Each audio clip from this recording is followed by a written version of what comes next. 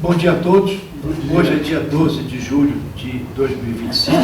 É com imensa alegria que nós estamos aqui reunidos no Hospital São Francisco de Assis, no Hospital Escola, graças à querida colega Ana Borralho, que pertence à linhagem franciscana, José Lopes Ponte, Rodolfo Rocco, Bifraga Valadares e Ana. Ana esteve na direção, nos acolhe aqui desde 2018, são 7 anos, que aqui fazemos a perpetuação das memórias e do grande afeto que nós feministas temos à nossa querida escola, que passa por momentos tão conturbados, nesse momento da agressividade do neoliberalismo, fascismo, essas coisas que nós estamos vendo aí, querem até cobrar 50% para tomar cachaça brasileira nos Estados Unidos. Então, nós continuamos firmes no Yantes Gorrom e aqui estamos reunidos para celebrar agora um colega de uma importância salutar e transcendente. Tão importante que eu fico arrepiado, porque não se foi, ele está com a gente. Chama-se Davizinho, o Davi Capistrano Filho. Está aqui conosco a irmã do Davi. Gil, você tem como essa câmera, você pode olhar para trás e dar uma fala, essa é a irmã caçula, Carolina, Maria Carolina Capistrano, que tem histórias lindas. Pernambucana também? Não, está pernambucano. Eu sou carioca. Ele é pernambucano. Carioca porque a família perambulou pelo Na Brasil. luta, né? Contou aí. Mas filha do pai e de Maria Augusta, que ela está contando o caso, uma grande tradição, que foi uma das primeiras mulheres candidatas a deputada estadual pelo Partido Comunista em 46. Lembrando que em 30 as mulheres sequer votavam, né? E a Maria Augusta era aquela que conseguia botar o Davizinho na linha. Mas estamos aqui reunidos, então, com o querido José Roberto Lapa. Chega aqui para você estar visualizado. O Lapa é um colega da nossa turma de 73, tá? E foi uma pessoa que acompanhou o Davi em vários momentos, vocês vão ver a explanação dele. Ele já tinha nos brindado com um vídeo, 100 anos do FRJ, em que Bigu e eu inserimos a participação para colocar Davi sempre presente. Eu tive o prazer de poder contatar o grupo de São Paulo, porque o Davi teve uma vida em Pernambuco, uma vida no Rio, uma imensa vida em São Paulo também, mas ele passou por Bauru, passou por outros locais, onde fez todo o trabalho da Secretaria Municipal de Saúde e depois Prefeitura. Mas o Lapa, eu quero aqui, Lapa, falar para você que está aqui presente, nosso amigo Jorge Venâncio, fazer uma autocrítica, e que eu já falei com a Ana Maria Borralho, com a Ana Maria Carvalho, porque na época de 67 havia o boom da Revolução Cubana e nós, da turma que abraçou a guerrilha luta armada, chamávamos o partidão que não queria estar na luta armada de reformistas, vanguarda do meio, cagões, entendeu? Quer dizer, era um amor, era uma baixaria do movimento estudantil. Mas eu, particularmente, uma coisa muito minha, tive em retiro budista e fiz práticas de perdão. Eu tenho até medo de falar isso, mas é verdade. Eu perdoei ao João Batista Figueiredo, com medo que o Jorge Venâncio outro fosse cortar minhas bolas quando saísse do retiro e voltasse ao Rio de Janeiro.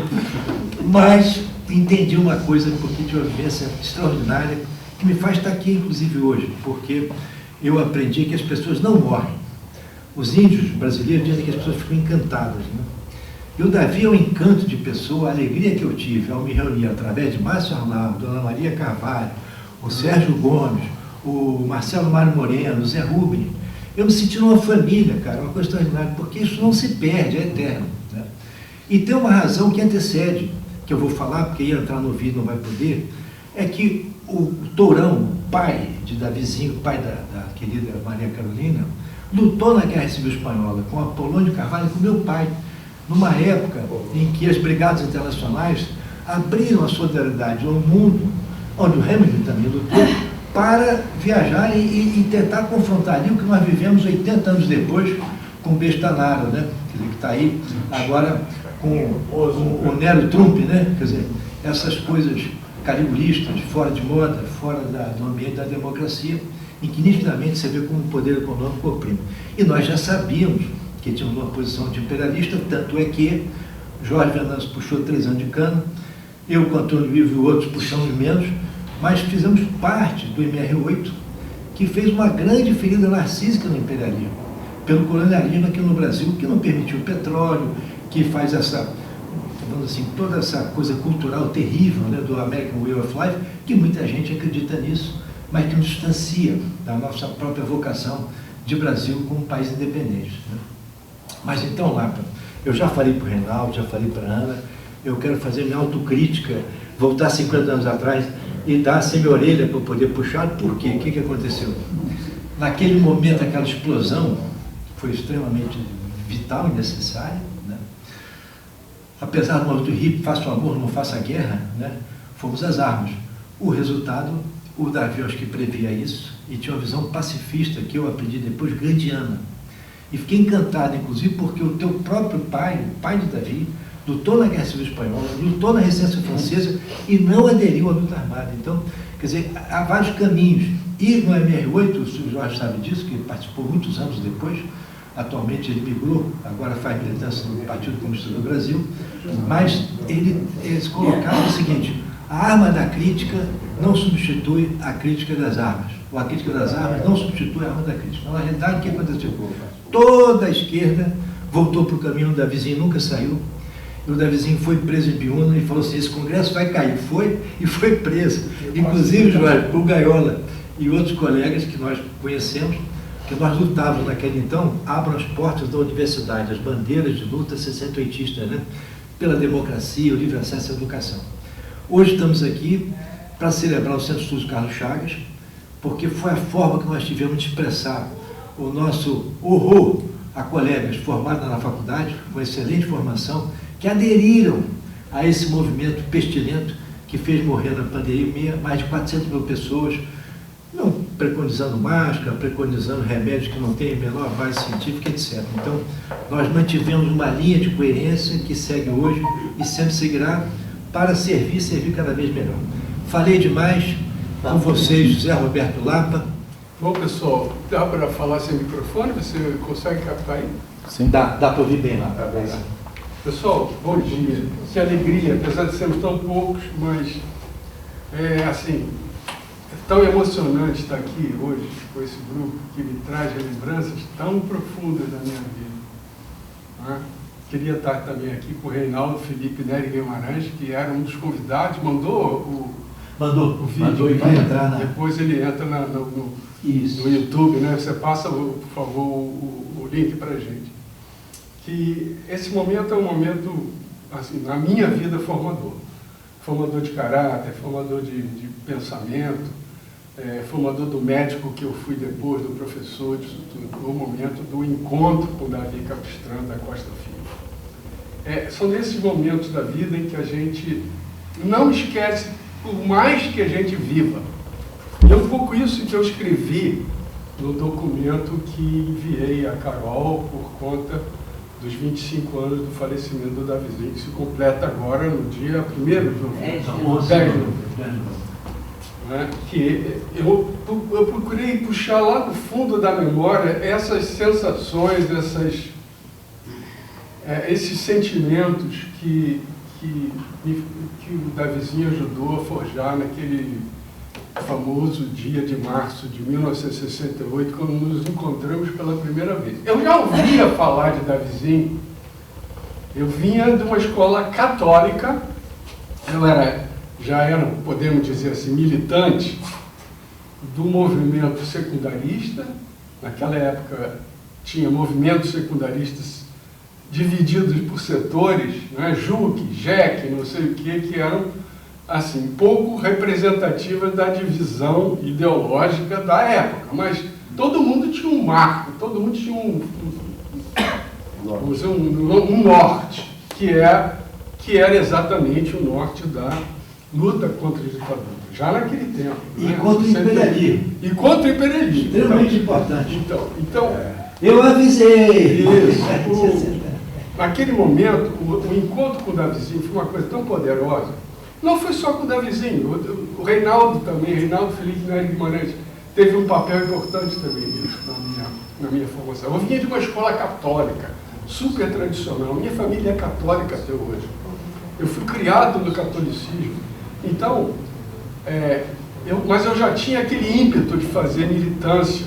Olá, não é à toa que chama-se José Exatamente. José de São José, eu sou de 19 de março. Minha mãe era devota de São José, 19 de março. Então, o nome José também tem essa significação. Que é um santo que representa o trabalhador, o trabalho e o operário. E a família. E a família, que é o pai de Jesus Cristo. Anyway, eu era muito católico, entendeu? Mas já tinha essa visão, assim, da questão da importância do engajamento social, da luta contra a ditadura. Já tinha, apesar de eu ter, vamos dizer, já em 67 eu tinha um norte absoluto, que era entrar na faculdade de medicina. Então, trabalhar, estudar, realmente de uma forma absolutamente séria para poder lograr isso. Eu vim de família muito pobre. Eu estava estudando no Colégio São José da Tijuca, que era um colégio super tradicional. Mas o deal era esse, o acordo era o seguinte: a minha mãe, porque era ligada à Igreja Católica, etc., conseguiu uma bolsa de 90%, 10% era o que nós pagávamos. Vamos dizer, se fosse R$3.000, a gente pagava 300. O deal era o seguinte: você tem que estar no quadro de honra todos os meses. O que era o quadro de honra do Colégio São José? Era realmente um quadro que tinha na entrada do colégio, com os retratinhos de todos os alunos que naquele mês completassem média de todas as disciplinas acima de 7. Era realmente duro. E eu fiquei no quadro de honra o tempo todo. Caso contrário, eu teria saído. Provavelmente eu estaria aqui. Essa que é a grande realidade. Porque meus primos, por exemplo, meus irmãos não, todos tiveram essa mesma oportunidade, todos foram para a universidade, todos fizeram belas carreiras. Meus primos que não tiveram, foram para o tráfico, ou então viveram uma vida de pobreza a vida inteira. Por que eu estou falando isso? Porque eu, apesar disso tudo, eu tinha essa formação. E eu tinha essa fama, vamos dizer assim, de ser um cara católico. Quando eu chego na faculdade, a primeira coisa que eu vi, já vinha da militância, vamos dizer, do movimento secundarista, do movimento familiar cristão, que a gente chamava naquela época, e logo de cara encontro o Davizinho.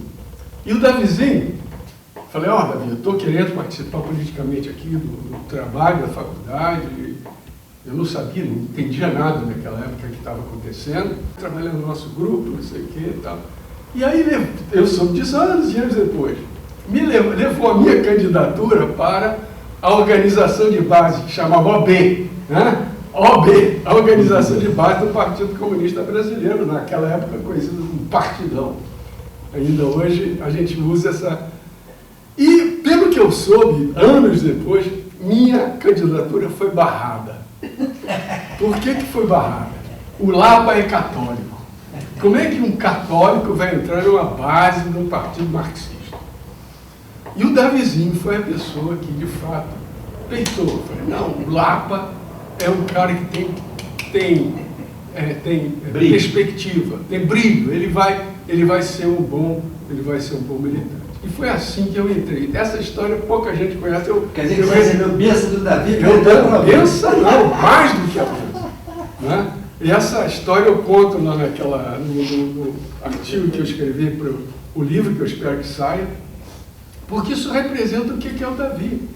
O Davi, ele vem de uma militância, de uma família extremamente politizada, que muito claramente, como agora que acabamos de dizer, né? 1946, Maria Augusta, candidata a vereadora do Partido Comunista Brasileiro do Recife. Olá, filho de um sertanejo capistano do pai, eu venho lá do sertanejo. Exatamente, então tudo levava a crer que eu não seria bem visto naquele grupo de pessoas, de jovens militantes do partido, num momento tão difícil. A gente fala mal do tempo atual, que tem que falar mesmo.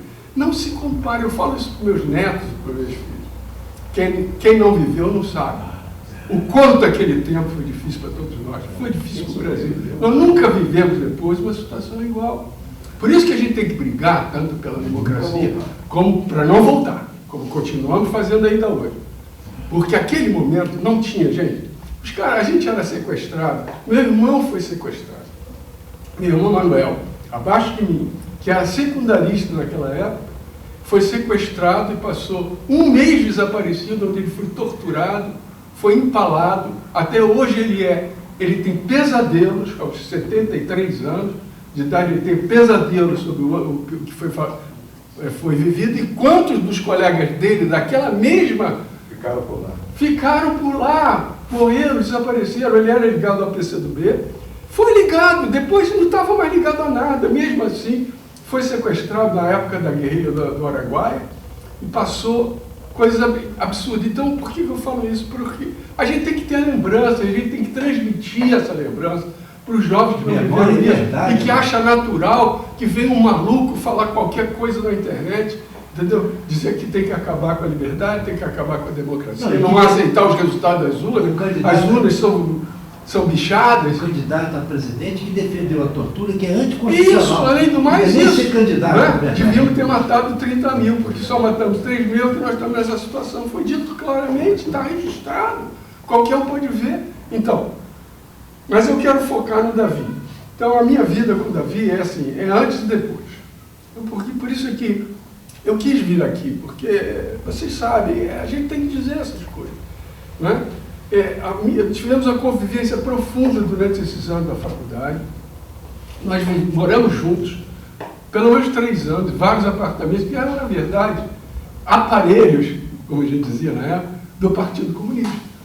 E onde a gente tinha, por exemplo, mimeógrafo, agora meu não está falando com o Cláudio, mas era aquele de rodar, que a gente rodava um manifesto. As apostilas subversivas. Não, as apostilas não, a apostila o Cláudio fazia, a gente fazia, eram realmente manifestos do partido, que a gente no dia seguinte distribuía pela rede, aquela famosa rede de contatos que se tinha naquela época. Né? E eu, todo dia, pensava, meu Deus do céu, daqui a pouco a polícia vai bater aqui. E lá, nesse apartamento, vários lugares que nós vivemos juntos, no Catete, né, na Correia Dutra, se eu não me engano, depois no Flamengo e vários outros locais, foi um desses locais que eu conheci, sem saber, porque não fui apresentado, Davi Capistrano da Costa. E foi lá a última vez que Davizinho viu o pai. Porque ele estava, anos depois eu soube disso, ele estava indo no dia seguinte para a Tchecoslováquia, então Tchecoslováquia, e quando voltou, vocês sabem a história, e até hoje a gente nunca encontrou o corpo dele. Olá, então, pode falar, porque tem gente que vai ter esse vídeo e não conhece a história. Então é isso. Então, eu fui apresentado ao pai sem que tenha sido dito para mim, olha, esse é o meu pai. Não, esse é o companheiro, fulano de tal, não sei o quê. Eu olhei para os dois e falei, meu Deus do céu, a semelhança é muito grande, mas também me fingi de morto. Não sei de nada. Né? Me falaram, eu vou ficar calado. Era a regra da época, você quanto menos soubesse, melhor. Né? E assim foi, mas ali conheci, ali foi a última vez que também Davizinho encontrou com o pai. Mas eu quero dizer um pouco mais, o Davi, além dessa sensibilidade, dessa amizade, né, dessa capacidade, amorosidade, né, solidariedade que ele tinha com os colegas, ele tinha talvez a pessoa que eu conheci na vida, olha que eu conheci muita gente inteligente na vida. A maior inteligência que eu conheci estava naquele personagem. A maneira dele interpretar a política, você falou muito bem, mas não se arrependa de nada que a gente fez. A gente fez, está feito muito bem, estou feliz da gente estar junto aqui falando sobre essas coisas. Não é? Tantos não puderam estar aqui. Não puderam porque já deixaram esse planeta. Né? Mas o que eu digo é o seguinte, o Davizinho ele tinha uma visão política e ideológica das mais incríveis que eu conheci. Porque ele não era aquele que a gente dizia um stalinista naquela época, não tinha dogmatismo da política. Ele era uma pessoa que tinha uma visão política, ele não, se tivesse errado, ele era o primeiro a admitir, vamos mudar de rumo, e assim ele fazia. E foi exatamente para tudo isso que essa lembrança que eu tenho. A minha convivência com o Davi foi muito profunda durante esses 6 anos, 5 anos da vida ainda na Praia Vermelha. Né? Depois Nós nunca deixamos de ser amigos. Todas as vezes que nós tivemos a oportunidade de se encontrar, a gente se encontrou. Ele foi para São Paulo e, logicamente, a gente... Por exemplo, eu era da chapa Remy, né? Uhum. Que tem o famoso livro que conta essa história, muito boa, que era membro do Sindicato dos Médicos, meu Bigu também, e Davi foi preso mais uma vez, ainda no finalzinho da ditadura, final dos anos 70. Né? Lá vai o Lapa, com a comissão de médicos do Sindicato dos Médicos, prestar solidariedade. Eu me lembro perfeitamente de entrar o senador que parecia o Darth Vader. Não, qual era o nome dele? Foi secretário de Segurança de São Paulo, depois senador da Arena. Erasmo Dias? Erasmo Dias? Hã? Erasmo Dias? Não foi Erasmo Dias. Era um policial, famoso delegado. E quando ele entra, eu parecia o Darth Vader entrando no filme. Assim, a figura muito imponente. E nós fomos lá falar. E de fato, 2 ou 3 dias depois, Davizinho foi solto. Uma das tantas vezes que ele foi preso, já em São Paulo, morando em São Paulo. Turma não, né? Turma. Romeu, sabe o que é turma em árabe? Teimoso. Pois é exatamente isso. Romeu Turma. Mas, e muitas vezes visitei ele. Eu nunca visitei Davizinho, fui em Santos, mas em São Paulo várias vezes. Tive na casa dele, com os filhos, pequenininho, né, logicamente. Então, a nossa vida sempre foi muito próxima. E uma lembrança muito desagradável que eu tenho, também desse período dele em São Paulo, foi quando ele teve o diagnóstico de leucemia. E falei, José, nós temos que ir lá prestar solidariedade ao Davizinho. E fomos no hospital, ele estava internado, chega lá, é amarelão, né? Amarelão. Aí o Davizinho tá dando aquela força para ele. Falei, pois é, rapaz, aqui estou eu, leucêmico. Cara, aquilo troço me gelou da cabeça. Não, Davi, você vai sair. Ele estava com uma das formas mais graves de leucemia. Naquela época não tinha cura. E ele sobreviveu à leucemia praticamente 20 anos, não foi? 17, se não me engano, 15 anos. Porque nós então fizemos um movimento de solidariedade, todos nós participamos, de levantar o dinheiro para ele ir para os Estados Unidos fazer uma terapia experimental. E eu brincava, meu irmão, lá vai você agora se beneficiar dos avanços dos Yankees, né? Que a gente criticou, não, mas isso está certo, não tem problema não. E lá foi ele para os Estados Unidos. E ele, por conta disso, sobreviveu há bastante tempo. E uma das coisas, maiores alegrias da minha vida, foi quando eu tomei posse lá no Quinhentão, no Fundão, no anfiteatro, 500 lugares que tem lá no CCS, tomei posse como professor titular. Ele tinha acabado de terminar o mandato dele como prefeito de Santos, e ele veio para a minha posse. Eu fiz questão de colocar Davizinho na mesa de honra, lá junto com o reitor, a vice-reitora da universidade, para ele ter a importância que ele tinha na nossa amizade e também como personalidade. E eu dizia para ele, você ainda vai ser presidente da República. Porque ele era melhor que o Lula. Essa é a concepção que eu tenho da vida. Do ponto de vista de formulação política e liderança, ele era mais íntegro, capaz do que o próprio Lula, com quem ele teve sempre um excelente contato, pelo que eu me lembro. Mas eu tinha a certeza que o Davizinho seria presidente da República se não tivesse sido interrompido a sua trajetória pela doença anos atrás. Olá, em reuniões do grupo da Saúde da Vida, o Sérgio Gomes, que é o que você foi aqui no Rio, o irmão do Davi, foi irmão político em São Paulo. Ele disse que o PT fez um livro contando a outra história, que é as municipalidades. Infelizmente, o trabalho pioneiro do Davi, que em 94 levou à ONU 16 vídeos das realizações dele, inclusive de ser o precursor do Bolsa Família na escola, para as crianças poderem estudar em Santos, não está contado. Então você vê que essa luz dele ofuscou, e aquela palavrinha que a gente conhece, chamada inveja, infelizmente não tem lado desse ou aquele. Ele era maior do que isso. Certo. Mas ele estava fragilizado. Eu tenho certeza que se ele não tivesse o problema de saúde, nada disso teria parado o Davi. Ele iria em frente porque ele tinha um brilho tamanho que ele ele iria superar, Mas inclusive, as ele tinha, invejas. não, ele ainda tem. Ele tem, exatamente. Ele todo Então, do seu por isso que lado nós aí. estamos aqui, exatamente. Porque essa força da presença dele é permanente. Eu não podia deixar de estar aqui para contar esse meu lado da história. Tá? Agradeço mais uma vez as oportunidades, estou muito feliz de encontrar vocês, né? Encontrar Carol, que era uma criancinha naquela época. Você, quantos anos mais nova que ele? 5, acho que 5. É. Mas quando eu conheci Davi, você era um adolescente, uma pré-adolescente, quase, eu me lembro.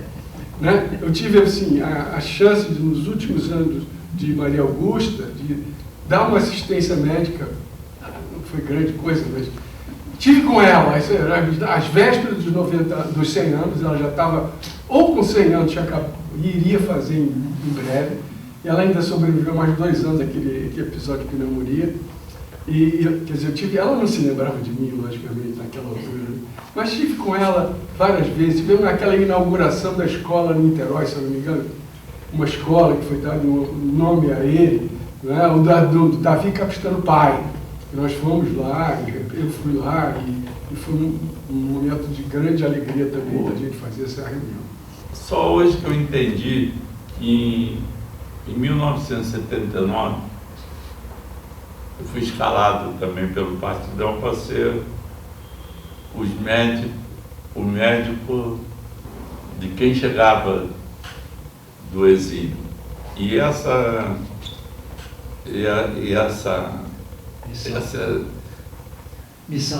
missão era compartilhada pelo Dr. Zaru, da Santa Casa, que era o diretor. Paulo Niemeyer, pai, que era o provedor. Comunista. O Cruz Lima, que era o meu chefe, que era assim, uma pessoa, era o católico. Isso. O Cruz Lima, que era o católico. O doutor Jorge Rezende, que concordava que a gente encaminhasse qualquer tipo de problema com familiares ou com que precisava ter parto lá na Santa Casa. E evidentemente, o professor Fraga também partilhava disso. Mas o primeiro contato era você. O Bigu? Não, o primeiro contato era o doutor Isná Teixeira, que era amigo deles e era do Comitê Central. Bigu, esses colegas médicos não pediam testado ideológico aos seus pacientes. Eles só não gostavam, eles só falavam assim: Bigu, também não precisa me dizer quem é que está internado aí, porque quando eu fizer o round eu não quero saber.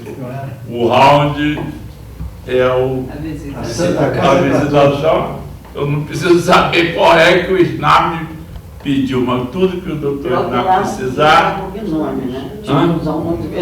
Não, e o doutor Isná tinha um laboratório dele Santa Casa. dentro do espaço do serviço do Dr. Cruz Lima, dentro do espaço do almirante Paiva Gonçalves, que ele fazia parte da oftalmologia, Dr. Isná, e fazia também toda a assistência do que precisasse o Dr. Jorge Rezende, porque ele fazia aquele teste da toxoplasmina e ele interrompia. Então, o que eu queria dizer é o seguinte: por que eu nunca perguntei? Porque no dia que chegou o Gregório Bezerra, eu fui escalado para ir, eu e o Modé da Silveira, internamente dentro do avião ainda, antes dele desembarcar, que havia uma dúvida, que ele veio com licença cardíaca. Então fui eu, com a minha maletinha, se precisasse, tinha ordem de tirar ele do avião e levar também para a clínica do João Carlos Serra. Sim, era o presidente do... Que era presidente do sindicato. Aí eu cheguei, examinei ele lá dentro, me identifiquei ao Devaldo Bezerra. Eu vou chegar na questão, porque eu aprendi hoje aqui, que eu não perguntei na época. Aí ele falou: doutor, tudo bem, o senhor pode fazer qualquer coisa, mas eu faço qualquer coisa, desde que eu fale com as pessoas que estão lá fora e desde que eu vá até São Paulo, que estão me esperando no Sindicato dos Rodoviários de São Paulo. Aí ele falou para mim: doutor, você sabe? Aí a gente entrou no avião, saiu do avião, ele falou ali no Rio, entramos no outro avião, eu, ele, o Modesto, fomos para São Paulo. Quando nós chegamos no Sindicato dos Rodoviários de São Paulo, tinha assim uma mesa com flores, e ele já estava bem tudo. Aí ele como é que ele conseguiu enxergar ela? E era longe que eu falo, ela estava na frente, mas um lugar muito grande, o galpão, mas ele entregou, levantou e foi lá entregar. Eu estava só olhando, que a minha tarefa era entregar ele vivo e bem. Vivo e bem depois disso tudo. Mas o Gregório convivia na nossa casa, assim, ia almoçar e tal. Quando ia conversar com meu pai, era uma pessoa fantástica, brincalhão. Ele tinha vários ditados engraçados. Ele era uma pessoa assim, incrível, né? Uma pessoa de uma experiência de vida, de uma simplicidade, de uma alegria, né? Eu era muito pequena, né? Em 64 eu tinha 11 anos. Tinha 10 anos, eu fiz 11 anos depois já. Então, eu me lembro muito dele, né? E foi uma das pessoas, né? Vocês sabem que a repressão no Recife foi muito pesada. Ele foi uma das pessoas, é um milagre que ele tenha sobrevivido, né? Ele foi muito torturado, ele foi arrastado. Ele foi arrastado de jipe naquelas ruas. Foi capa do Cruzeiro e da Manchete. Ele tinha, assim, um sabor da vida fantástico. Eu me lembro muito dele, assim. No dia a dia lá em casa, ele ia almoçar e tal. Era, assim, era muito próximo da gente, né? Realmente foi de todos esses, eu estou falando de todos os exilados que eu atendi e acompanhei depois, foi o único que na chegada falou para mim: doutor, o senhor é muito jovem, o senhor tem ciência do problema que é o senhor está aqui me destacado para fazer isso. Ele foi o único. Estava preocupado com a tua segurança. Quer dizer que o cuidado era cuidador, né? Foi. Então é isso. Obrigado, gente. Peraí, pensa só. Carol, você não quer falar um pouquinho dos seus pais para a gente? Porque é claro que é uma coisa que expande, mas as coisas têm ancestralidade. Eu vou botar uma cadeira aqui para você. Eu acho uma forma também, porque nós estamos vivendo um momento muito agudo. Você sabe que o SEBS, Centro Estudo Brasileiro de Saúde, está participando dos 25 anos das homenagens, né? E a bandeira do SEBS, que eu cuidei aqui no Rio, lá sabe disso, com o Eric e Jenny Rosa, né? Mais tarde depois com a Aroca, com vários outros, o irmão do Quadra, que depois faleceu, né? É democracia e saúde, né? Porque a democracia é um sistema salutar de convivência entre todos, em que todos somos iguais perante o Criador, né? E eu tenho lá uma coisa importante para te dizer, é que um grande colega de turma, também comunista, que foi também da MR8, Antônio de Carvalho, foi candidato pelo Partido Comunista em 86, perdeu a eleição, mas foi subsecretário de Saúde. Graças a quem eu pude implementar toda a visão de renovação da medicina alternativa, né?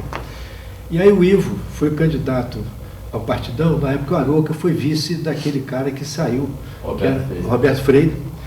E o Roberto Freire tinha aquela estigma comunista, dizendo assim, eu não creio em Deus. E eu tinha deixado São Francisco para trabalhar no sertão, devolver a gratuidade da UFRJ, fazendo a medicina para quem necessitasse, franciscanamente, né? E a primeira coisa que todas as pessoas do sertão me diziam é primeiro Deus, depois o doutor.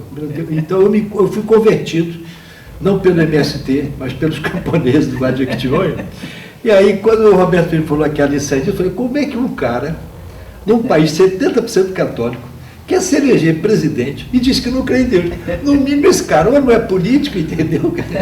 E se não crê em Deus, não é comunista. Quer dizer, eu tenho uma visão, porque isso me ocorreu depois. Eu, assim, quer dizer, olha que coisa gozada, através de um retiro budista, eu passei a acreditar em Deus. Porque eu vivi coisas, a minha educação cultural, é claro que teve, você vai colocar a Inquisição na Espanha, meu pai doutor Guerra Civil Espanhola, sabe o horror das pessoas, as torturas foram feitas pela própria Igreja Católica de pensamento. Galileu Galilei disse na ciência, na luta dele, que ele se dobrou aos instrumentos de tortura para calar descobertas científicas que ele tinha, e até na história humana, pessoas que avançaram na ciência foram reprimidas e foram perseguidas, inclusive com o apoio da igreja. Isso é outros 500. Tá? Mas o que eu quero dizer, Lapa, é que quando você falou assim, eu era católico, eu acho que você continua sendo católico.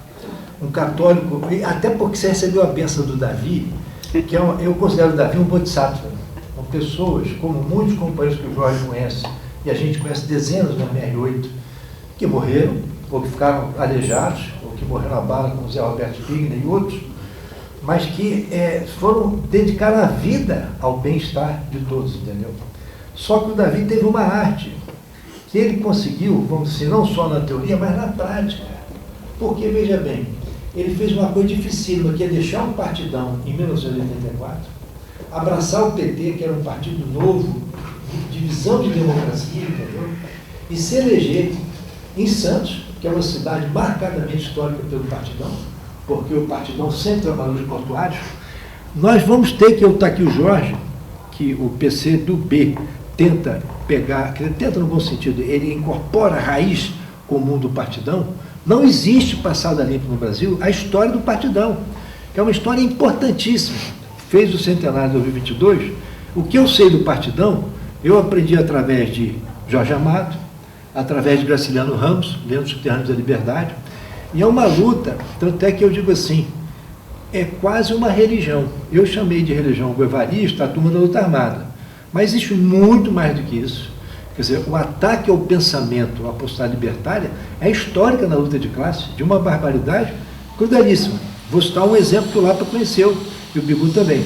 Dr. Eros Sucena Martins, psiquiatra, que era o motorista do Luiz Carlos Prestes, foi torturado arrancando as unhas dele para saber onde que o Prestes estava, né?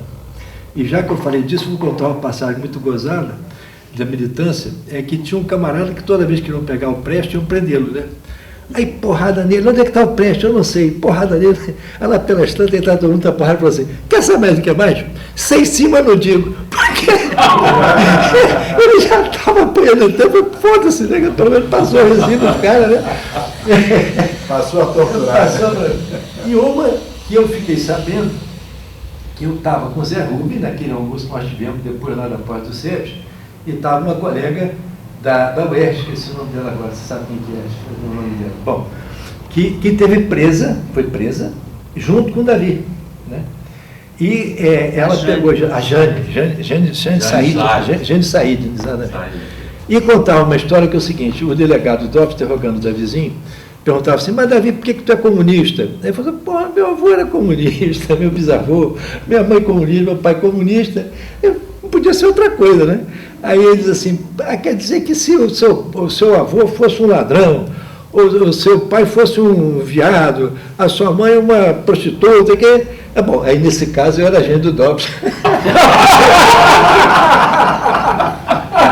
Aí eu perguntei perguntei para ela, entendeu? Eu perguntei para ela. Essa história é verídica, porque essa história foi fora da faculdade, entendeu? Ela disse assim, olha, o que eu sei é que eles xingavam os caras pra caramba, e tomavam porrada, porque ela assistiu a porrada com o vencedor do Davi, e xingava. Mas, gente, eu não sei como é que está o horário. Ô, Jorge, você quer salutarmente dar as boas-vindas pela sua tradição atual de PCdoB e da sua raiz comunista, que conseguiu suturar a dissidência comunista e retornar, entendeu? Né? Ainda brinquei com o Bigodes, dizia, o Jorge ainda vai acabar no Partidão. Eu voltei ao Partidão pelo PDT, porque eu achei que em 82, o Brizola, eu tive em reuniões do PDT e na Rua da Assembleia, onde era o diretório, tinha de tudo que você não tinha na militância da faculdade, porque nós somos classe média muito fechados, né? A gente é artista, é arquiteto, jornalista, a gente não tem culturalmente a vivência popular, a gente fala de povo, mas não é povo. Mas o Brizola, no Partidão, tinha de tudo, entendeu? Tinha bandido, tinha professor, tinha gente...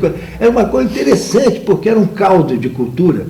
Ali eu acho que tinha um tempero da Darcy Ribeiro, né? Que conseguia ler e de uma forma generosa, né? Mas voltando ao Davi, nosso homenageado, devo dizer, o Davi tinha um coração de Bodhisattva. Porque, primeiro, enfrentar o tsunami com o Evaristo naquela época, veja bem, PCBR, com o próprio Polônia, era um dirigente, vai para a luta armada. A LN, Marighella, vai para a luta armada. A dissidência comunista, Vladimir, Franklin Martins, Cid, outros tantos, vão para a luta armada. Está faltando organizações, me ajuda. Foi PCBR, PCdoB, né? PCdoB, da luta armada, o 8,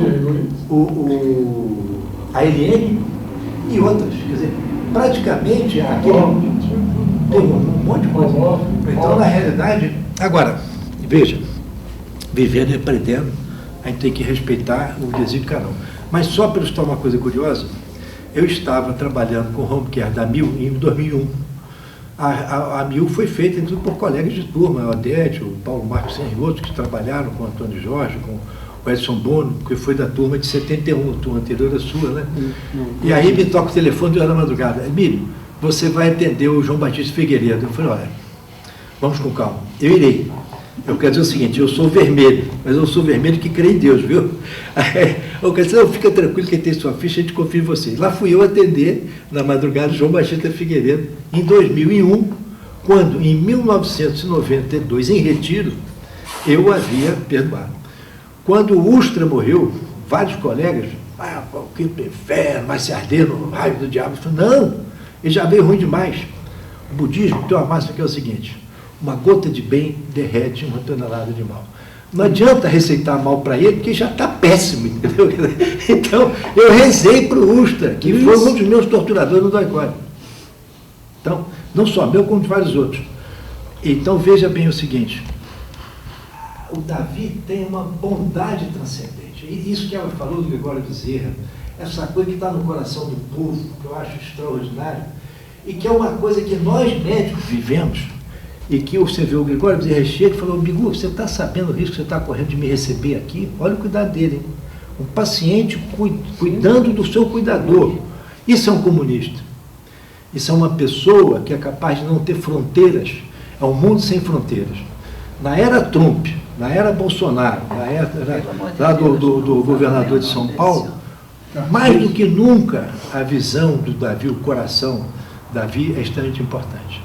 Porque ele teve coragem de ficar em minoria, enfrentar um tsunami que ele não concordava, e olha que o Partidão pagou preço por quem pegou em armas. Porque depois que eles acabaram com as organizações que resistiam à ditadura armadamente, foram para cima do Partidão e fecharam o Ataú de uma forma totalmente covarde, sem justiça e sem memória. Por isso é que é triste, Salinha, a gente vê colegas da Nacional de Medicina, colegas que ocupam até cargos de associação, divulgarem, né, aderirem a esta insana onda, a esta peste moderna, né? Porque hoje, pela comunicação rápida, as pessoas saem colocando coisas de qualquer maneira, porque não viveram. Eu falei, não, eu conheço a boca do dragão, eu falei, não é bom aqui, não é bom para ninguém. A bondade, ela nunca se corrompe. Tanto é que o Buda diz assim, toco mal e não me contamino. Carolzinha, Beijo para você, obrigado, Davi. Davi, obrigado pela ideia que você está dando para a gente. Jorjão, eu vou querer te ouvir um pouco, você está muito circunspecto. Eu só queria agradecer essas palavras tão sensíveis, né, que estou recebendo aqui, e dizer, em primeiro lugar, que é uma alegria e um espanto muito grande ver o Davi, meu irmão, 25 anos após a sua partida, né? Tão vivo. Está tão vivo na memória de tantas pessoas importantes, pessoas que estão atuando na sociedade ainda, né? Que estão em movimentos, que estão, né, presentes na sociedade de uma forma importante, né? Lembrando dele e enaltecendo a memória dele e fazendo, se juntando, né, ao pensamento, né, que ele tinha, que ele, enfim, disseminou, não é? Então isso é uma coisa muito significativa para a gente, para os familiares, claro, e eu acho que é uma coisa muito importante, né, num país em que a gente sabe a memória não é uma característica, né, a memória histórica não é uma característica muito marcante da nossa sociedade. Então, essa lembrança e essas ações, né, elas também têm um motivo, é porque o pensamento dele, né, ele está presente hoje, ele continua fazendo sentido, que é, né, num país miserável, desigual e com todas as mazelas que a gente conhece, ele sempre defendeu, né, a medicina pública, o ensino público, e a democracia, a participação popular, né? Então, tudo isso faz sentido, continua fazendo o maior sentido no Brasil que a gente tem hoje, né? O Lapa mencionou uma questão que particularmente me preocupa, que é a questão da memória, né? Eu penso que a memória do que a nossa geração viveu, né, no período da ditadura, ela é uma memória muito difícil de ser transmitida para as novas gerações. E eu acho que tudo que a gente fizer nesse sentido é muito importante. Os depoimentos aqui que a gente está colhendo, né, os fragmentos, né, de memória que a gente está colhendo aqui, que a gente depois vai poder passar para outras pessoas, é muito importante. Tudo que a gente fizer para tentar transmitir de uma forma... É tão difícil transmitir isso. Eu acho que a história dessa geração, da geração de 68 e até o final da ditadura, essa história não está contada. Assim, a sensação de terror que a gente vivia era um terror, porque eu tenho uma história com meu pai. Depois que meu pai foi para o exterior, para o exílio,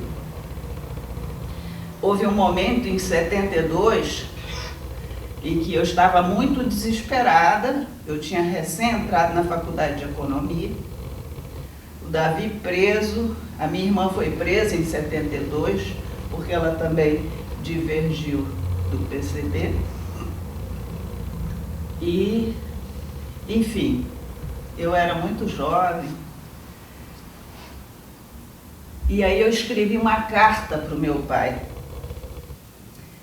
pedindo, pelo amor de Deus, para a gente sair daqui, para a gente ir para o exterior também. E ele me respondeu. E eu fui obrigada a queimar, a rasgar essa carta, que hoje seria um documento histórico. Mas como o momento era de terror... Eu vi uma foto desse período. Não Não tinha temos Zap nenhuma na foto. época. Não tinha Samsung Notes para guardar. Então, nessa carta, é uma carta belíssima. Eu fiquei enfurecida quando eu recebi a carta, mas na carta ele dizia: o seu lugar é aí. Você tem que se juntar, você tem que lutar pelas mudanças aí no país. Resistência. Né? Era uma carta nesse sentido, não faz o menor sentido você sair do Brasil, não sei o quê. Tarará. É óbvio que eu fiquei, né, chocada com a carta, só depois é que, né, eu processei e eu fui obrigada a rasgar, queimar essa carta. Você vê como era um momento de terror, porque Mas a carta está viva. todos os amigos da gente tinham, né, alguma coisa a ver com a situação e eu não podia pedir a ninguém que guardasse aquele documento, né?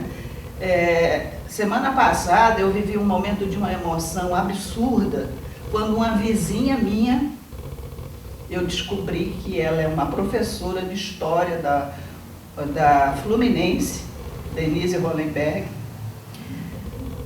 Eu descobri que ela é uma professora de história que está estudando e está escrevendo memórias a respeito do exílio, e tem um artigo numa coletânea sobre a questão do pessoal da luta armada, não sei o quê. E aí eu descobri que ela é minha vizinha, fui falar com ela, me identifiquei, e ela, dias depois, ela apareceu com um livro que foi editado depois da tese de doutorado dela, em que ela faz, eu acho que deve ser um dos poucos livros que tem sobre isso, que é uma tese de doutorado sobre os exilados brasileiros, né? Filhos, né? Filhos. Não, sobre os exilados, entrevistas com exilados, não sei o quê. Ela fez um trabalho e sobre a volta desses exilados, enfim, ela fez uma pesquisa sobre isso, e isso virou um livro. Aí ela foi, bateu na minha casa e me deu de presente, com uma dedicatória maravilhosa e tal. E eu falei para ela: olha, eu sinto muito, mas eu tinha um documento importante para você somar aí no seu livro, mas eu tive que rasgar, né? Era um documento assim de uma... Essa palavra é meio cabotina, né? Era um documento de um patriota, né? Era isso. Então eu queria só dizer para vocês que são muitas emoções vividas, né? Roberto Carlos, são muitas emoções, mas muitas fases muito difíceis, né?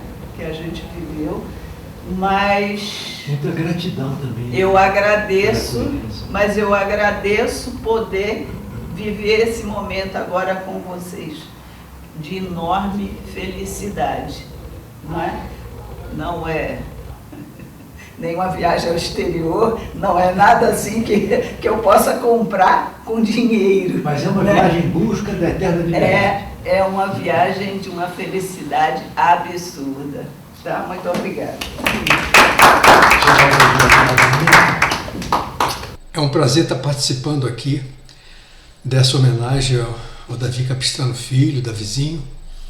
Então, contar um pouco aqui da minha experiência, né, da minha convivência com ele, né. A primeira experiência foi muito interessante, que foi exatamente no dia da minha primeira aula na Faculdade de Medicina do FRJ, na Praia Vermelha, em 1972.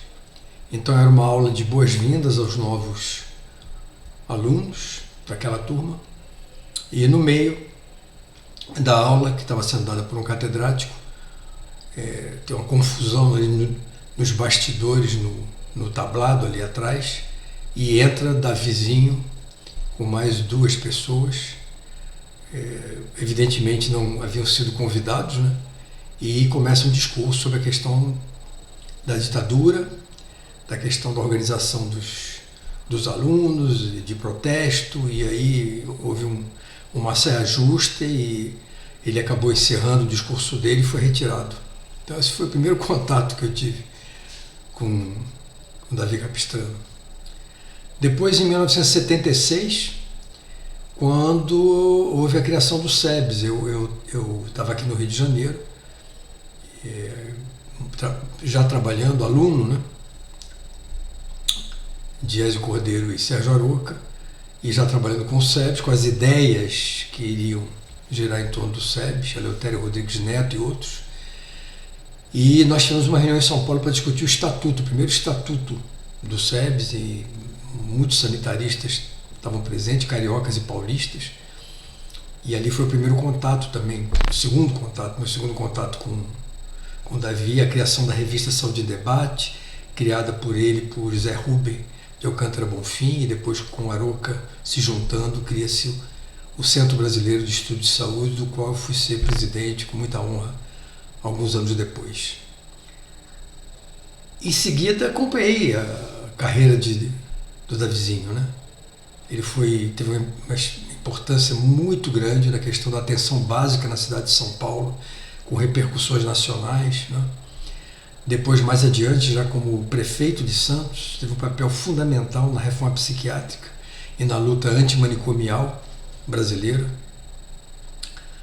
Durante a 12ª Conferência Nacional de Saúde, eu era o relator da conferência, nós fizemos uma homenagem, uma mesa do SEBS em homenagem ao Davi. Eu tive a honra de compartilhar com ele essa mesa e pude escutar ele, como sempre, brilhante, né, nas suas colocações, na defesa, uma defesa humanista da medicina, uma defesa generosa da saúde pública, militante, né?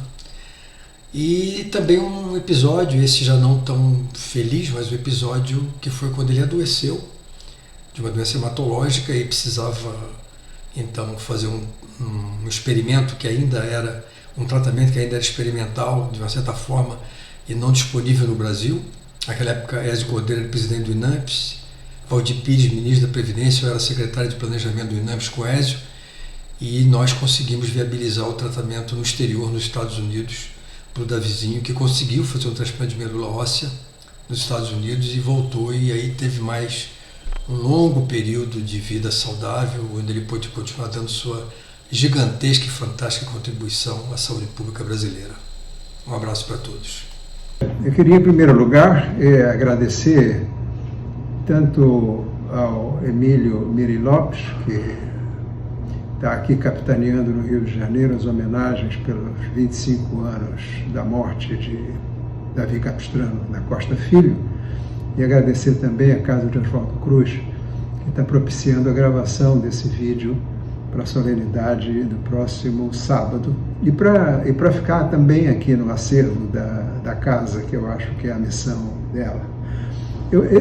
Essa minha gravação, ela não vai pegar, digamos, a parte mais visível, mais conhecida da biografia do Davi no Rio de Janeiro, porque eu não acompanhei o Davi depois que ele foi para São Paulo, onde ele fez a maior parte e a parte mais relevante da sua carreira política.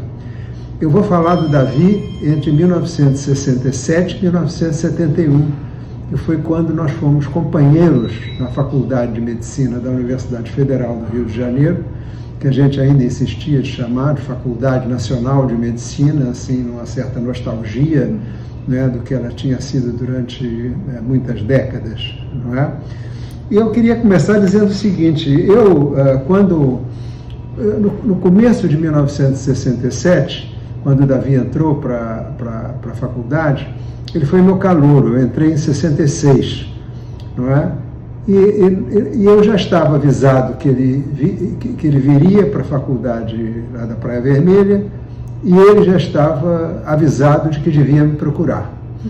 Isso porque nós dois éramos, digamos, militantes de uma organização política que era o Partido Comunista Brasileiro, não é? E que naquele momento, não é, tinha uma certa relevância, se não no movimento estudantil como um todo, mas ao menos na Faculdade de Medicina ele tinha, não é?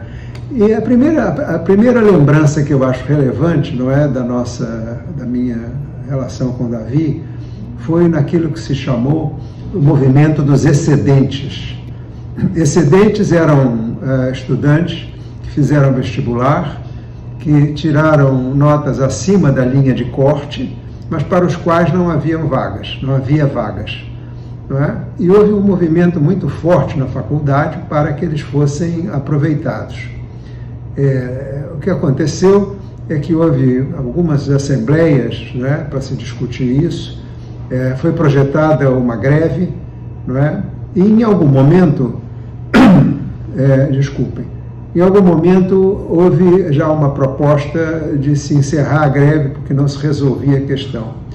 E foi a primeira vez que eu vi Davi como um líder de massa, um líder político de massa, DNA familiar e DNA de Pernambuco, que ele trouxe para cá, aquela combatividade.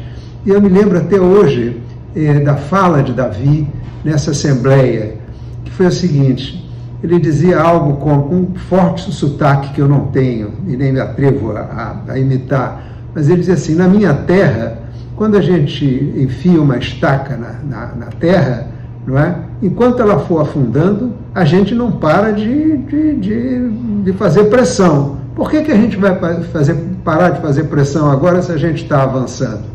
Bom, a Assembleia veio abaixo e o movimento continuou e acabou tendo um final feliz, porque naquela época as turmas de medicina na Faculdade Nacional, da UFRJ, tinham cerca de 200 estudantes.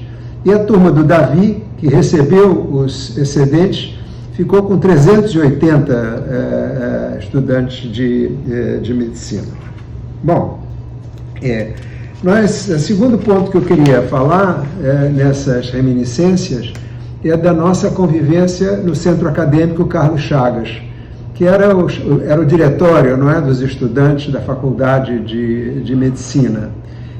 Havia um clima político dentro do campo da esquerda, na faculdade, lá na Praia Vermelha, muito positivo, não é? Havia os militantes do PCB, do Partido Comunista Brasileiro, do PCdoB, que é um partido que existe até hoje, não é? E alguns outros grupos menos importantes e muito de esquerda independente, esquerda que a gente chamava de não organizada, não é? E o que aconteceu é que no ano de 1968, não é? Nós tivemos uma eleição para o diretório acadêmico, o Centro Acadêmico Carlos Chagas, e a chapa nossa foi vitoriosa contra uma chapa que tinha outras posições, digamos, mais à direita, não é? Tanto Davi quanto eu participamos da chapa e da diretoria. Infelizmente, no final de 68, foi decretado o ato institucional número 5, e o diretório foi fechado. Acabou-se o Centro Acadêmico Carlos Chagas, que só veio a ser reaberto muitos e muitos anos depois, não é? Era também uma convivência muito tranquila entre as diversas organizações e entre os diversos membros da diretoria e do conselho do nosso centro acadêmico, não é? Bom, 68 foi um ano chave, né, no movimento estudantil, não só no Rio, não só no Brasil, mas no mundo todo, não é? E efetivamente, nós nos engajamos muito nas passeatas, não é? Eu recordo de um grande comício que houve ali na Cinelândia, para homenagear o estudante Edson Luiz de Lima Soto, que foi assassinado pela ditadura. Ele era um estudante carente, que fazia suas refeições naquele restaurante popular que existia lá naquela época, que agora vai me escapando o nome. Bom, e outras passeatas a gente foi. Mas o fato é que, ao final, já no ano de 1969, não é, com o fechamento, com a brutalidade do ato institucional número 5, o que aconteceu é que várias organizações políticas começaram a optar por outros tipos de mobilização, já que mobilização de massas não era algo fácil naquele momento, e partir Primeiro, para ações, digamos, mais radicais, ainda no plano, digamos, desarmado, não é? Eram chamadas naquele momento de AVATs, ação violenta com alvo definido, o que era, enfim, pichar a luz do dia, jogar pedra, fazer discursos rápidos, etc, etc, etc. A partir daí, o movimento estudantil no Rio de Janeiro entrou num declínio muito grande e as principais lideranças do movimento estudantil não eram do PCB, de maneira geral, né? Não eram também do PCdoB, mas as principais lideranças eram de grupos políticos que acabaram optando pela luta armada. Muitos dessas lideranças não foram para a luta armada, mas pertenciam a grupos que optaram pela luta armada. Eu lembro de Vladimir Palmeira, lembro de Jean-Marc Van der Weyde, lembro de várias lideranças, não é? Bom, Luiz Travassos também, que era uma liderança da Ação Popular, da AP, não é? Também, eles é que, digamos, tinham a maior proeminência no movimento estudantil, naquela época já em franco declínio. Eu queria mencionar, em última, assim como uma última reminiscência que me parece relevante, a nossa ida para o Congresso, 30º Congresso da União Nacional dos Estudantes em Ibiúna. Por decisão do centro acadêmico, a nossa faculdade escolheu 3 representantes. Uma, que era José Noronha, que era estava já um ano na minha frente e 2 anos à frente de Davi. Ele se formou em 70, eu formei em 71 e Davi formou em 72. Nós 3 éramos os 3 delegados da Faculdade de Medicina para ir para Ibiúna. E eu estou contando isso porque isso foi uma aventura, né? E foi uma aventura nos 2 sentidos da palavra. Primeiro, aquele congresso foi um congresso inteiramente aventureiro, não é? É um congresso que não tinha nenhuma sustentabilidade política. A palavra sustentabilidade não existia naquele momento, não é? Mas ele não tinha sustentação política, tá certo? E ele acabou sendo encerrado após quase 48 horas de debates sobre a pauta que ia ser discutida no Congresso, até que a polícia chegou, não é? Era um vale, era uma propriedade rural, chovia muito, havia muita lama, enfim, as condições não só políticas, mas as condições ecológicas também eram as piores possíveis, né? Mas foi uma aventura também num outro sentido, que foi no sentido da nossa epopeia para chegar no Congresso. Nós nos encontramos, fomos separadamente para a capital paulista, não é? E tivemos encontros também separados, e naquela época os encontros eram feitos com base em senhas e em identificação de quem eram as pessoas que estavam querendo falar com a gente, normalmente um jornal debaixo do braço, uma revista aberta de tal jeito, etc. Não é? E nós 3 fomos encontrados por quem deveria nos encontrar e fomos colocados numa van, não é? Com outras pessoas, alguns outros delegados de outras faculdades, de outros estados, talvez não me recordo, mas nós 3 fomos na van. Bom, rodamos um pouco e fomos então colocados num outro veículo que era um caminhão com uma caçamba grande, coberto com uma lona, e quando entramos lá, viam que tinha umas 20 ou 30 delegados lá dentro, e partimos da capital de São Paulo, eu não me recordo exatamente de que momento, de que lugar, era na periferia já, e fomos em direção a Ibiúna, só que não sabíamos aonde estávamos indo. Viajamos aí cerca de 1 hora ou alguma coisa assim, quando o caminhão parou na beira da rodovia, e foi tirada a lona e alguém mandou todos descerem. E fomos todos ficar escondidos num mato que tinha do lado da rodovia.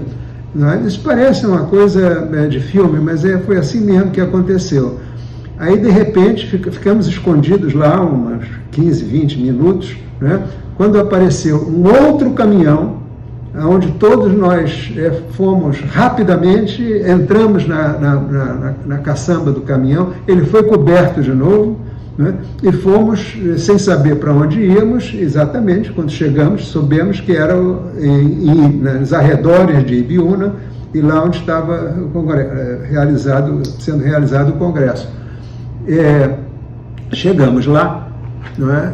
E eu, Davi e Noronha descemos junto do caminhão, quando vimos que fazia parte da segurança do congresso um colega nosso, mais adiantado até, ele estava já na 5ª série médica lá da faculdade, com uma espingardinha de matar passarinho na mão, não é? E aí perguntamos: ô fulano, mas que história é essa? Ele falou: eu sou da segurança, não fale comigo, não é? Pronto, e aí foi. Enfim, o congresso acabou daquele jeito, não é? Acabou da pior maneira possível, mas o importante é que a União Nacional dos Estudantes continue, não é? Fazendo hoje seus congressos abertos, uma participação de todo mundo, enfim, coisas melhoraram muito desse ponto de vista. Depois desse episódio, nós fomos presos, não é? Todos foram presos, mais de 1000 presos, não é? Nós passamos cerca de um mês no presídio Tiradentes, em São Paulo, e a delegação, éramos uns 30, não, éramos mais, eram uns 40 ou 50 delegados do Rio de Janeiro que estavam presos lá, foram trazidos para o Rio de Janeiro num avião da FAB, não é? Era até um DC-4, um avião de 4 motores e tal. E aí viemos, descemos no Galeão, a polícia nos esperava e nos levou a todos para o DOPS, onde fomos devidamente qualificados, fichados, etc, etc, etc. Não é? E de lá, nós fomos todos para um batalhão da Polícia Militar, que fica ali um pouco adiante da Lapa, ali onde é hoje a saída do túnel Santa Bárbara, que era o batalhão Caetano de Farias, e que era um batalhão da PM, de cavalaria, e ficamos lá. Ficamos também mais ou menos um mês lá. A nossa estada lá foi muito produtiva, porque era um momento, o comandante do batalhão era um homem de uma simpatia enorme, e provavelmente, como ele sabia que éramos todos filhos de família, ou quase todos, não é?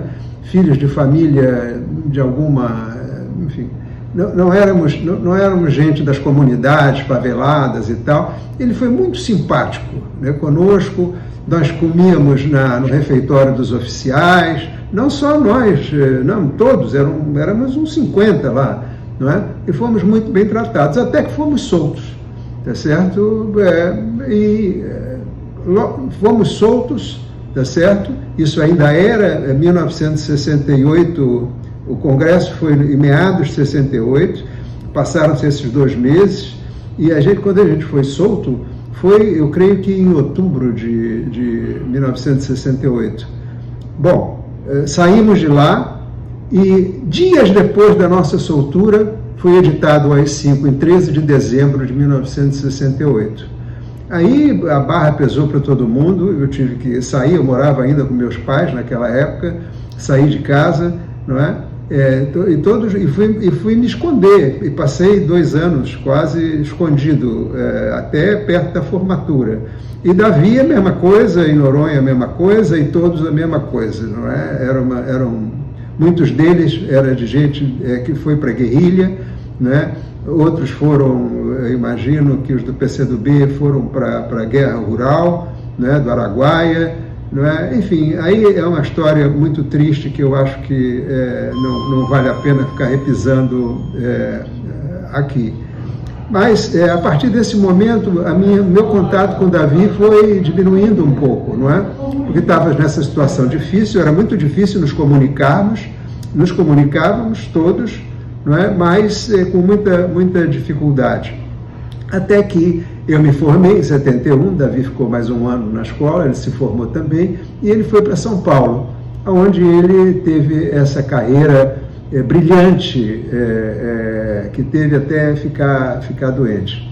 Quando nós soubemos que ele tinha um diagnóstico de leucemia, nós ficamos arrasados, né? Foi anos depois, né? E fomos uma caravana, fomos de trem, uma caravana a São Paulo visitá-lo.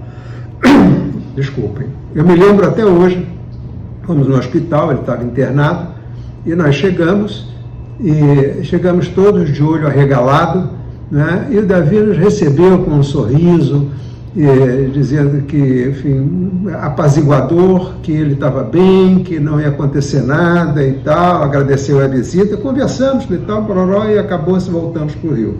Eu, se não me engano, estava também nessa comitiva que foi a São Paulo, um outro colega nosso, que era da turma do Davi, chamado José Roberto Lapa e Silva, não é?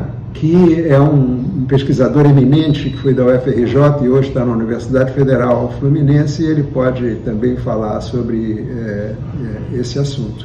Não é? É isso. E Davi fez então essa carreira, não é? Em Bauru, em Santos, não é? Na editora Oboré, enfim, na fundação do próprio SEBS. O SEBS foi fundado em São Paulo, e Davi teve uma participação central nisso. Então, esse é o depoimento que eu queria deixar, não é?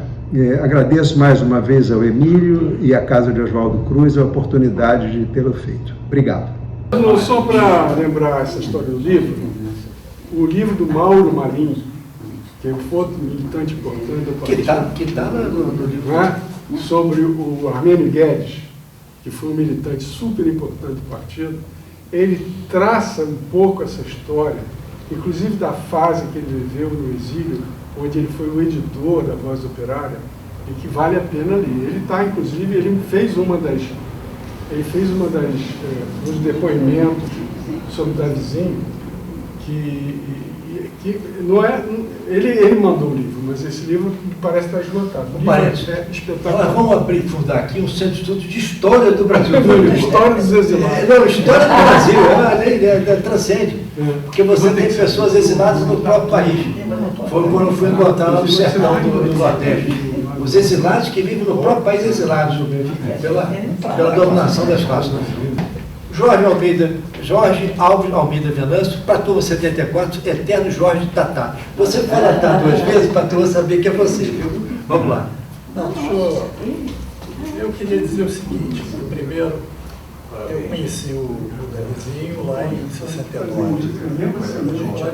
Fala mais alto, Jorge, para do som. Eu conheci o Davizinho em 69, quando a gente entrou na faculdade. Ele era membro do centro acadêmico, junto com o Lapa, com o Reinaldo, com o Lente, com o Noronha. Acho que eram esses principalmente. E a gente chegou fazendo um agito lá na turma, no início, na nossa turma e tudo, que foi um processo bastante intenso, eu diria. Mas eu queria falar um pouquinho mais sobre a situação geral, quer dizer, porque me parece que, olhando assim, 50 anos depois, ou um pouco mais até, a gente precisa ter uma visão de conjunto desse processo todo, né? E eu sinto a gente, muitas vezes, ainda valorizando demais as diferenças entre nós e não tanto o que nos unia, né? Porque, repare, o 8, por exemplo, ele fez autocrítica da luta armada em 72. Portanto, foram 3 anos de luta armada só. E depois disso nós tivemos mais 13 anos de luta democrática até a ditadura acabar, né? Quer dizer, e a autocrítica que nós fizemos não foi por considerar que a luta armada não era um direito nosso. Porque quem começou a luta armada, na realidade, foram eles que derrubaram o presidente da República e fizeram toda a sorte de barbaridades que a gente conhece bem, né? Mas a luta armada era um erro porque politicamente ela não era apropriada e fazia a esquerda se isolar da população, que tinha de ser a sua base para resistir à ditadura, né? Agora, depois disso, quer dizer, teve todo um processo de resistência democrática. a eleição do Lisânias, depois a eleição do Tunico na vereança, a Raimundo eleição Oliveira. do Raimundo de Oliveira, que eu fui chefe de gabinete dele 2 anos. inclusive. Lisânia Maciel? Lisânias foi em 74, mas eu digo, teve o Tunico 76, o Raimundo 78, tudo mais, e toda uma movimentação posterior, inclusive dentro do MDB e tudo mais. Nós tivemos um peso enorme no MDB aqui do Rio, por exemplo, né? Junto, inclusive, com o pessoal do Partidão. Né? O meu diretório era eu e o Ciro Curtis e tal. De vez em quando a gente brigava um pouco, mas fizemos muitas coisas junto também e tudo. Né? Então, esse processo certamente deixa um monte de marcas positivas. Eu acho que é assim que a gente devia encarar. Quer dizer, eu sinto que a ditadura matou tanta gente, não foi por causa da luta armada, foi porque os fascistas são assim. Né? Eles são covardes quando eles estão fortes, e são, ou melhor, covardes quando estão fracos, e são extremamente autoritários e agressivos quando estão fortes. É assim a essência do fascismo, certo? E por causa disso é que eles fizeram, mataram um monte de gente e tal, mesmo depois da luta armada ter acabado, porque o último resquício de luta armada que eu saiba foi início de 75, ainda com o restinho lá do Araguaia, e eles continuaram matando gente mais um ano e tanto depois e tal. E aí não era por causa da luta armada, era porque eles são desse jeito. Né? Então, eu diria que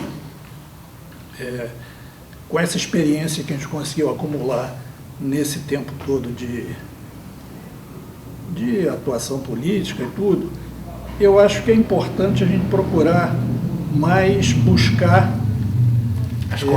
o que tem de comum. Porque eu diria que uma das características humanas mais importantes é exatamente a capacidade de conviver com a diferença. Então, isso eu acho que Nada é tão comunista quanto lidar com o incomum. Fernando, que período você teve na Santa Casa? Teve um período lá na maternidade. Eu tive o desprazer de conhecer lá a Sala Roxa do Acorde. É. Depois, um tempo na Ilha Grande, quando eu saí, foi feito um acordo. Porque eu teria de voltar para a faculdade, mas eu saí em junho de 71. Né? E a faculdade só poderia começar em março do ano seguinte e tal. Então foi feito um acordo de eu ficar trabalhando quase escravamente, porque era das 10 da manhã até as 8 da noite, no laboratório lá do Zé Maria Barcelos, que era um amigo do meu pai e tal, e foi o acordo que foi feito lá na auditoria de Marinha. Né?